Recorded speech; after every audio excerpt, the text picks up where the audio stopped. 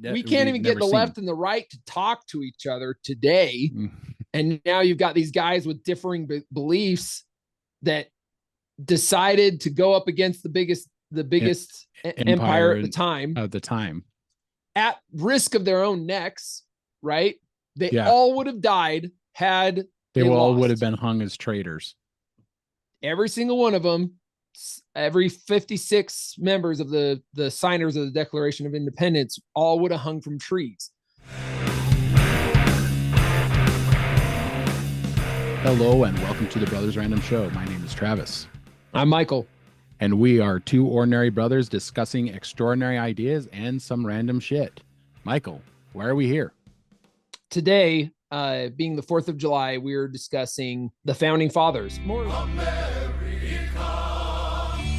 America, America, yeah, coming again to save the motherfucking day, yeah, America, yeah, freedom is the only Founding Fathers. More specifically, we figured we'd talk about the religious beliefs of the Founding Fathers. Do that for the 4th of July. So Yeah, let's go. Let's go. Most of the colonies, a lot of the colonies, I should say, were Quakers. So Quaker and Puritans, that was a big deal at the time, or they were kind of coming out of those eras. And a big one was deism. And we are not historians, so if we get something wrong, be nice about it because we are not historians. We are just discussing something that we thought was fascinating.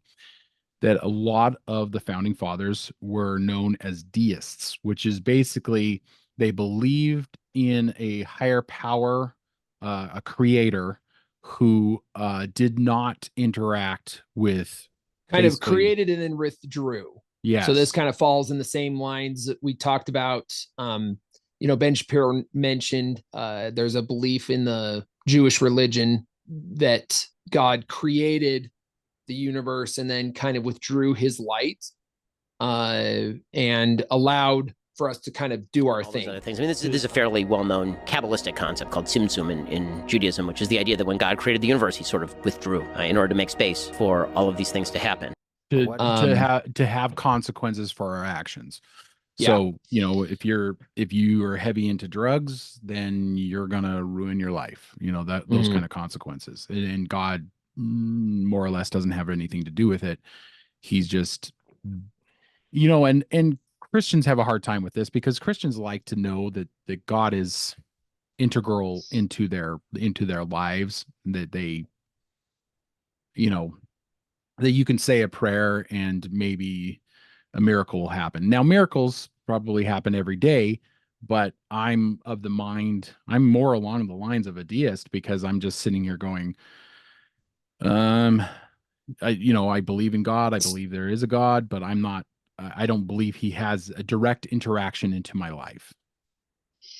And it turns out that most of our forefathers believed that as well. There's a lot out there about Jefferson, Franklin, Madison, Monroe. All of them kind of dabbled in this, I would have to say. One of the arguments against Washington being involved in a deism is that he actually collected sermons.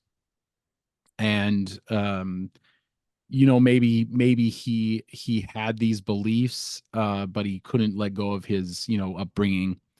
So it's hard to say, but I find it interesting that they kind of believed in this stuff. Yeah. And I mean, a good portion of the founding fathers were Freemasons. Yeah. I'm not exactly sure if they were Masons or just Freemasons. Freemasons being, I want to say that they started the name Freemasons kind of after the revolution, hence free, coming into the Freemasons. Now, they may have had a little bit of a part in that. Not necessarily that I don't think that the Freemason ethos is very much wanting to start revolutions or anything like that. They want to be very hands-off, quiet kind of.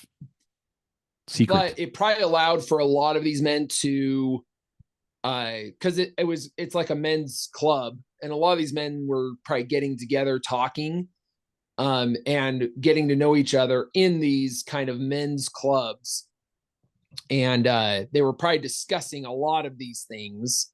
Weak minds discuss people, mediocre minds discuss events, strong minds discuss ideas And so they may have been getting They- together and discussing ideas of like, of life what about this and creation. monarchy? Yeah. What about this monarchy a thousand Across the miles ocean. away Yeah. that is ruling over us? Is this good? Should the colonies be able to rule over rule themselves? themselves? Yeah. In the founding, I mean, there's in the founding, there are a lot of things that I would say probably stem from masonry that were started in our founding. Yeah. Things like putting your hand on the Bible, putting your arm to the square, and swearing. It's swearing on the Bible. Swearing on the Bible. I So- mean, being stuff like that. Yeah. One of the differentiations between the French Revolution and the American Revolution, and I've heard historians talk about this, is because the leaders of the American Revolution were religious men. Now, even though they may have subscribed to this belief in deism, they were still heavily religious. They were still well read with their Bible. And the difference is, and that's why, even though there were times of anarchy during the Revolutionary War, it did not delve completely into anarchy like the French Revolution. The French Revolution completely delved into anarchy to the point where they were taking people to the guillotine just because they had associations with the aristocrats. So there's no that is what I was told at one point was the difference between the two revolutions. And the French Revolution and the American Revolution were within the same, I think, 15 years. So one had leaders that were religious, and one had leaders that probably delved a little bit too much into what do you want to call it? Fascism, communism, to the point where they were taking people to the guillotine that only had minor associations with the aristocrats. It was basically a revolution of revenge, is what it was, because the peasantry was so downtrodden in France compared to the aristocrat, and it's like, what was Marie Antoinette said, let them eat cake.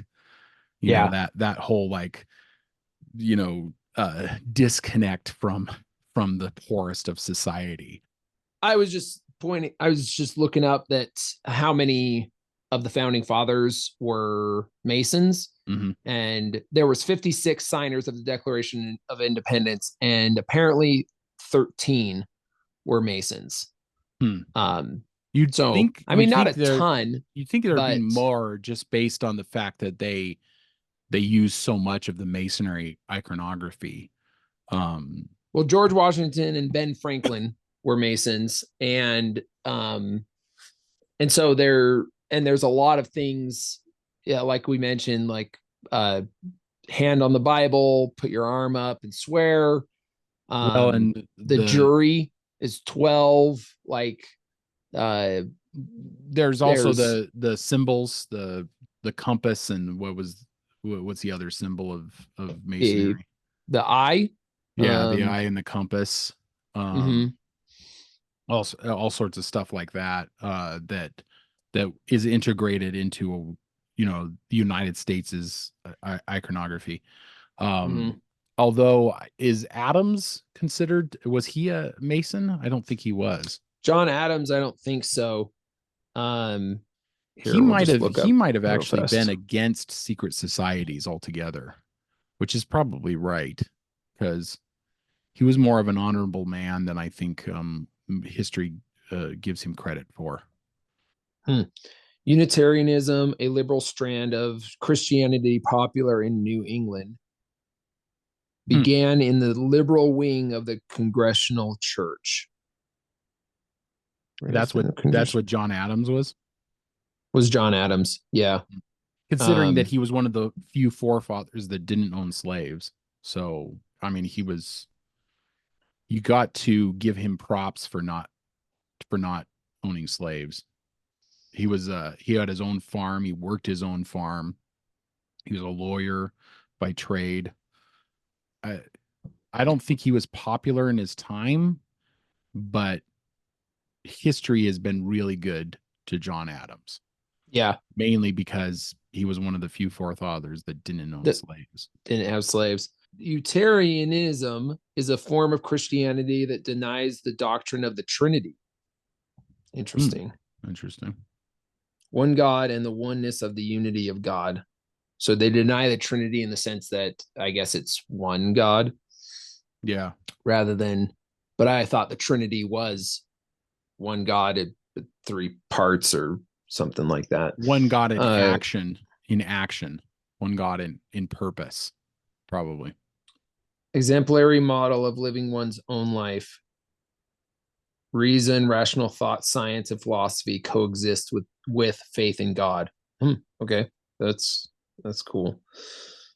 But so they were kind of dealing, I would argue that they were dealing with the same thing, the issues that we have nowadays, right? Because they were highly educated, and so they were still probably believed in God, but then they had their own philosophies that branched out from that. Unitarian Universalism is a faith tradition which encourages each individual to develop a personal faith. It draws from many different religions in the belief that no one religion has all the answers and that most have something to teach us. That might have been why he was so open to the United States not being one religion. Kind of. Yeah. So if anybody listening is interested, the John Adams television show that was made about 20 years ago is probably one of the best things that HBO ever made, because it's a 7-part miniseries all about John Adams, who technically wasn't a very popular president or politician during his time. He actually had but history kind of favors him. History favors him pretty well. He had a lot of beefs with Thomas Jefferson. They were friends, and then they had a falling out, and then they weren't, and then they they died on the same day, which is interesting. On the 4th of July, didn't they? They all died. They died on the same day on 4th of July. On the 4th of July. Isn't that crazy? That's irony for you, isn't it? Isn't that? I don't know. Crazy. That's interesting. It's crazy to think about. And they both kind of talked about each other, their last words, or like on their deathbed, basically. Well, I think it was John Adams who died after Thomas Jefferson, and John Adams said, or maybe it's the other way around. He died, and Jefferson said, "Adams lives." And, right. His last words were, "Adams lives." Interesting. So like maybe he came to get him. Yeah. That's kind of thing. That's what Christians like to think about. That's what everybody, that's interesting. Religion is intertwined in our country's beginning, and because it's such a integral to our founding, which is why I believe why we didn't fall into chaos like the French Revolution did. Well, and it's interesting to look up the different faiths that they had, because obviously they were not all in agreement. Yeah. Right. So, I mean, maybe it's good that we, like, most of them were very religious, but they were all different. They were all different. And I mean, isn't that kind of, it's great that we set up that way from the beginning, because at least it seems like they were all in agreement that we shouldn't have shouldn't be set up under a religion. Yeah. Like a state religion. Yeah. Because England had been a state-run religion, and they had also had wars over, several hundred years based on religious beliefs. So Yep. it was very unique at the time to have a country that had come about that didn't have a state religion. The Henry V famously wanted to get rid of his state religion because he wanted to divorce his wife, and Catholics wouldn't let him divorce his wife. So, Yep. but I mean, his motivations were wrong. He probably wasn't wrong in his actions, but in his motivations were probably wrong.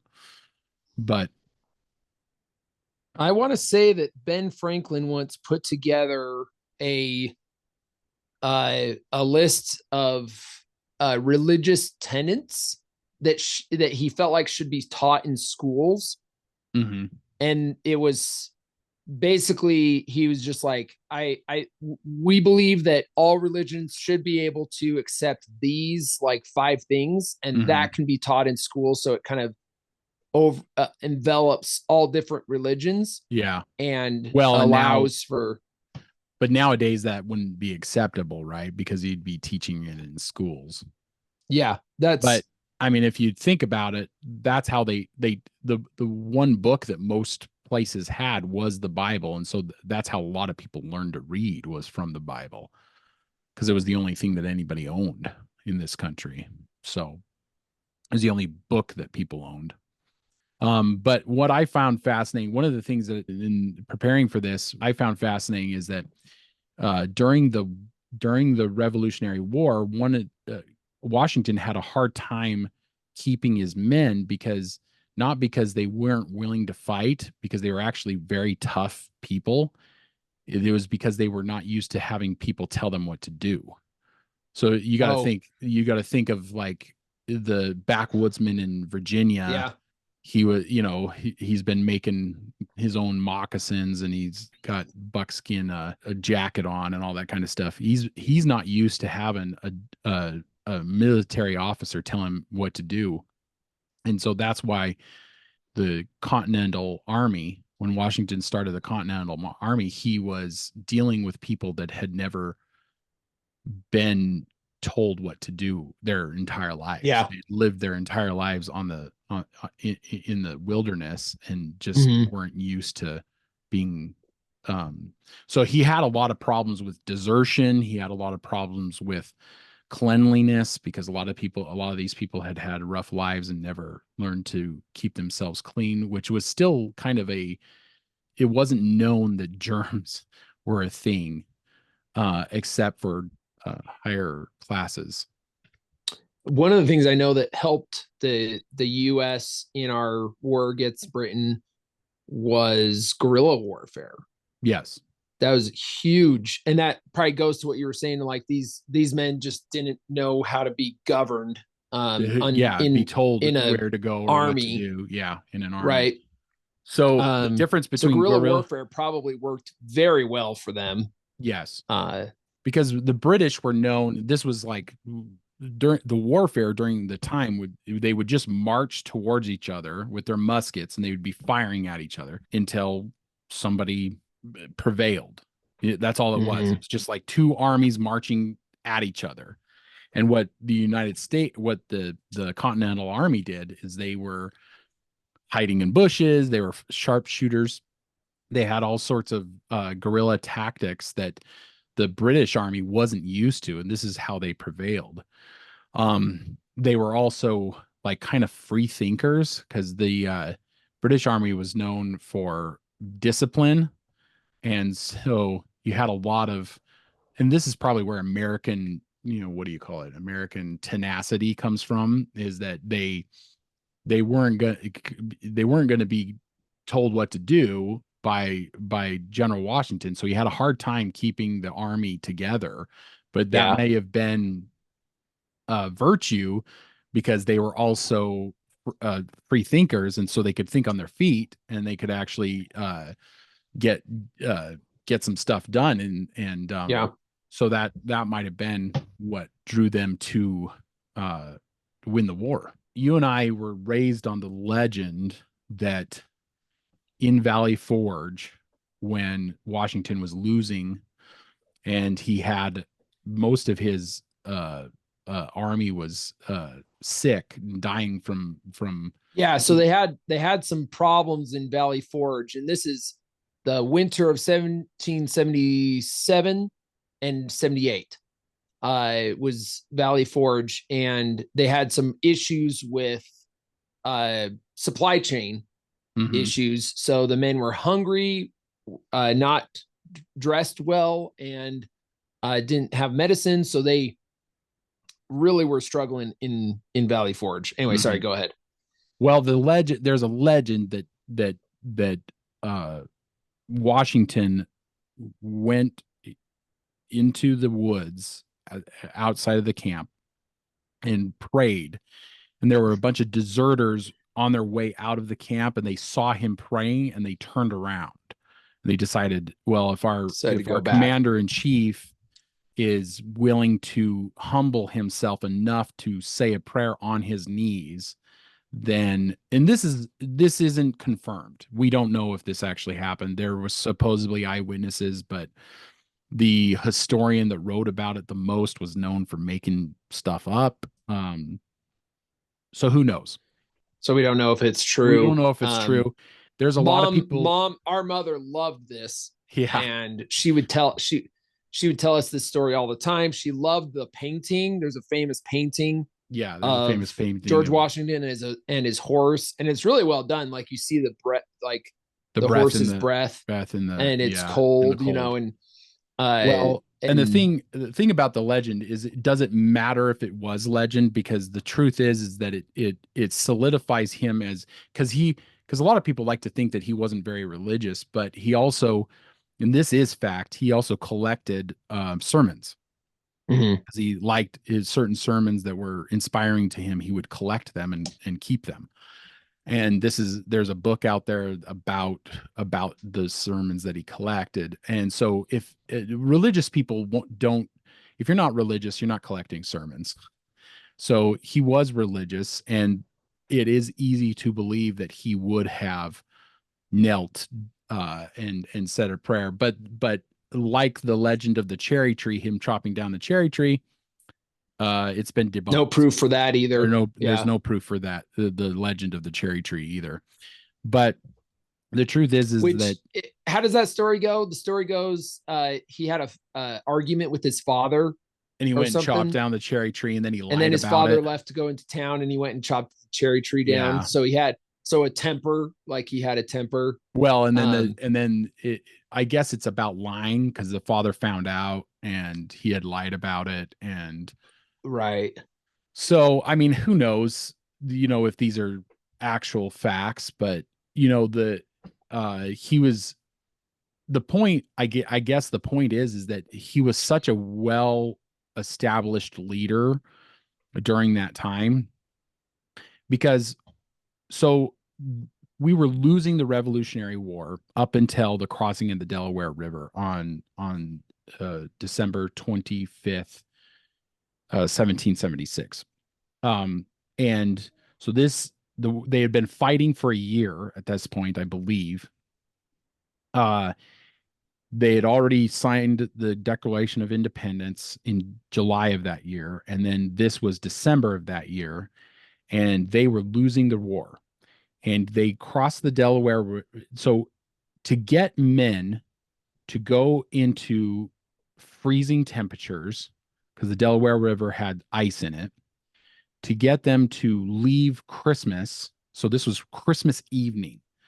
And Washington knew that the British would be celebrating, and they did catch them off guard because they were celebrating, and he had planned this attack.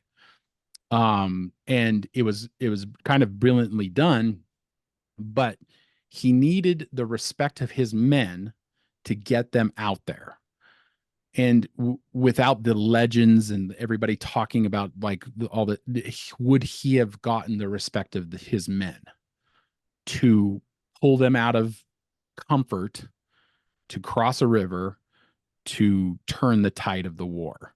as legends go, legend has it that he was very respectable. Like a lot of people did respect him, Yeah. which is Well, why he and was Abigail voted Adams to be the so John Adams' wife met him only once, I believe, and she had written. So supposedly, this is in the correspondence between Abigail and John Adams. They're very famous letters about their relationship, and John Adams was away from his wife for most of their marriage, so he was always writing to her, and she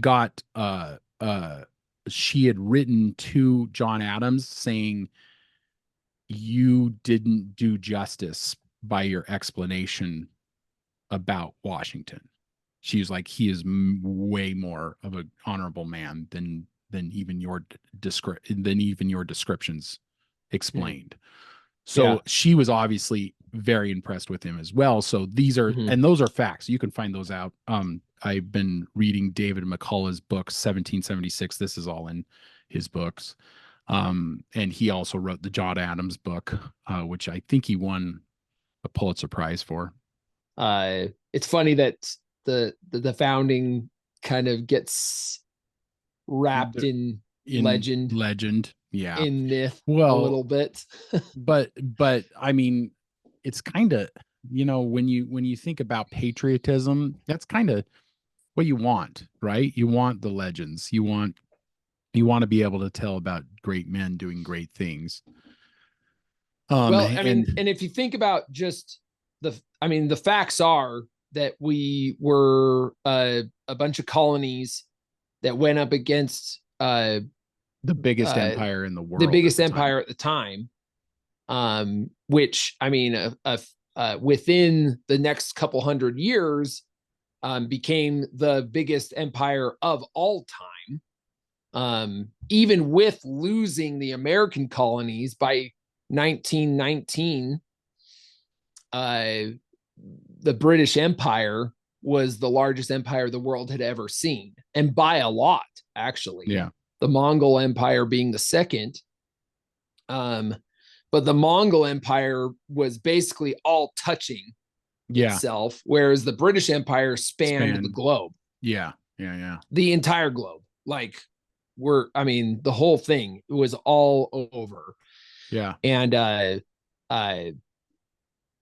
so kind of interesting that a bunch of ragtag Americans, decided, no, not us. We're not going to do this.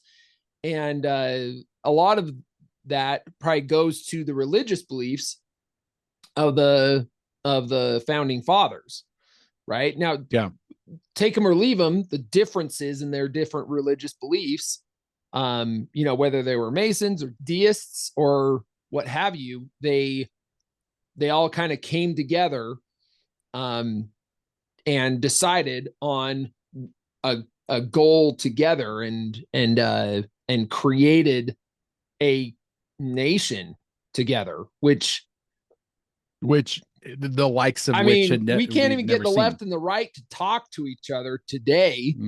And now you've got these guys with differing beliefs that decided to go up against the biggest empire at the time at risk of their own necks, right? They all would have died had they all would have been hung as traitors. Every single one of them, every 56 members of the signers of the Declaration of Independence, all would have hung from trees. And many of them did. That might be something just to touch on. So the sacrifices made by the founding fathers, 5 of them were captured and killed, tortured and killed. 12 had their homes ransacked, burned. 2 lost their sons in the Revolutionary Army. Let's see, they had some had 2 sons captured. 9 of the 56 fought and died from wounds or hardships of the Revolutionary War. You had guys basically losing their fortunes. Yep. At the Battle of Yorktown, Thomas Nelson noted that the British General Cornwallis had taken over the Nelson home for his headquarters. The owner quietly urged General George Washington to open fire on his, and the home was destroyed, and Nelson died in bankruptcy. Yeah, he sacrificed a lot. It's interesting that you had a bunch of guys who all probably disagreed on religion and their what own have you, but you had politics. politics Yeah. and I mean, I know that politically there were differences in just like, because I want to say Thomas Jefferson he liked the idea of a more central government that kind of controlled everything. Yeah. And then Adams was more of a less government, so bigger. So I mean, the difference is that we kind of have today, where you have people who want a big government to have more power, and then people who want smaller government who has less power.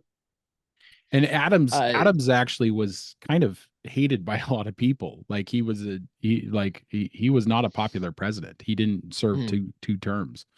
Mm-hmm. So, I mean, even then they were dealing with some of the same questions that we're dealing with now in our own government, in our own society. We're all kind of at each other's throats and over all the political, divide that we find ourselves in. And I guess what we should just kind of end on is the idea that liberty isn't free, even though, we talk about freedom. It comes with costs, and maybe the right kind of costs, the right kind of sacrifices, we can keep building this great nation. Or if we, decide not to, what do you call it, compromise, maybe it tears itself apart.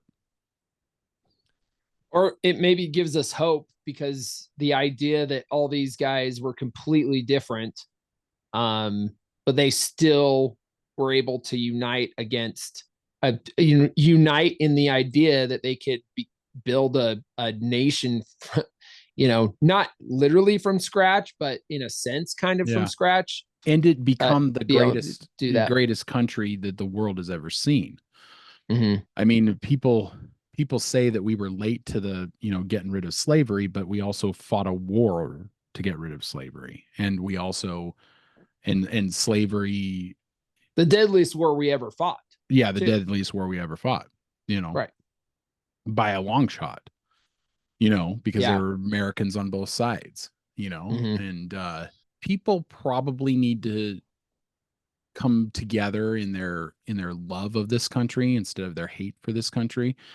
The Mm-hmm. thing about it is that there's so many people trying to get here from other countries. Why would they try to get to some place that was terrible? Why would they waste their time? That's something we need to consider as a society. We need to go, okay, maybe it's not as bad as we're making it out to be. But also remember the ideals that the forefathers had. That make it the place that everybody wants to go. Check us out on social media, Spotify and Apple Podcasts. Just look for the Sword in the Skull. Tell us what you're grateful for. In the comments, the grateful for our nation. If you're from comments, and if you're from another country, tell us why you want to get here. There you go. In the meantime, keep reading, keep listening, keep watching, learn more. We'll see you, brother. See ya.